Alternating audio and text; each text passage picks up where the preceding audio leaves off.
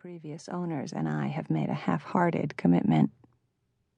In my case, I queried, will this herb or flower grow? And if the answer was yes, I let it make its bid for survival, and maybe even return on its own the following year. I am often surprised by what greets me in the spring.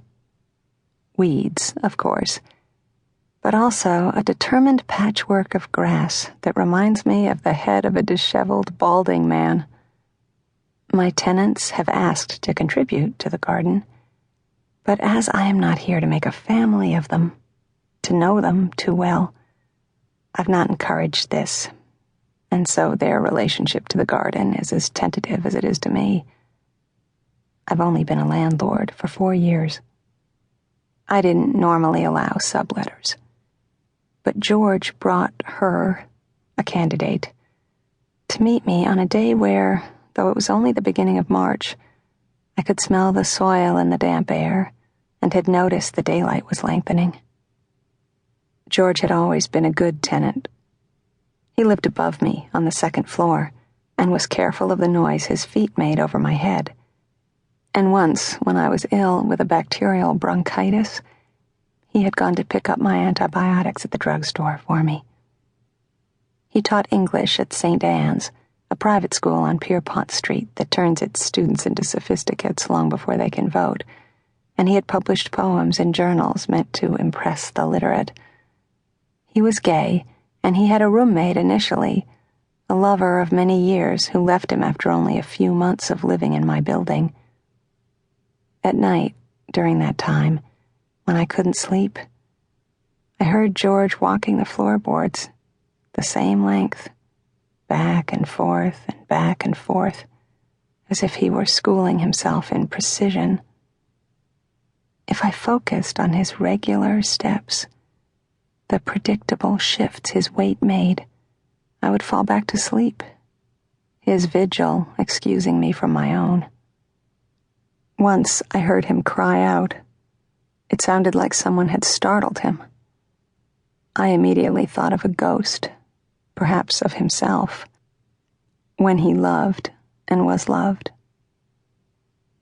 I'd seen the woman to whom George wanted to let his place on the streets of Brooklyn Heights and Cobble Hill, alone, or sometimes in the company of people I took to be her family. She had broad shoulders for a woman and long legs, though she was not overly tall, only a little above average in height.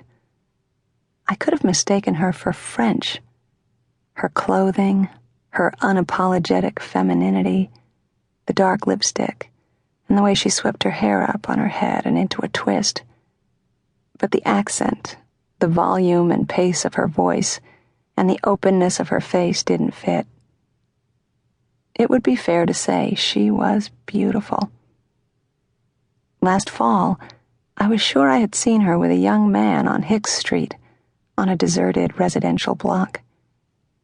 I had felt I was intruding and crossed to the other side of the street.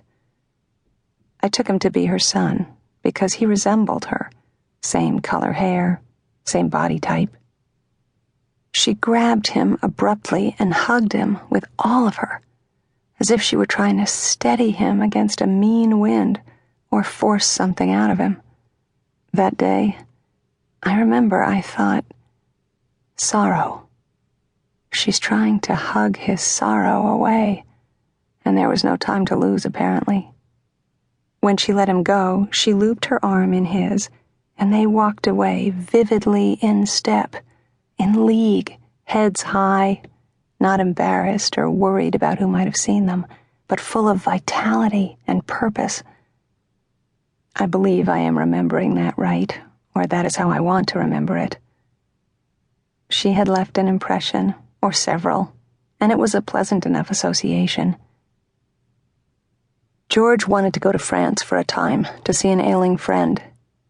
He wanted to get away, to write.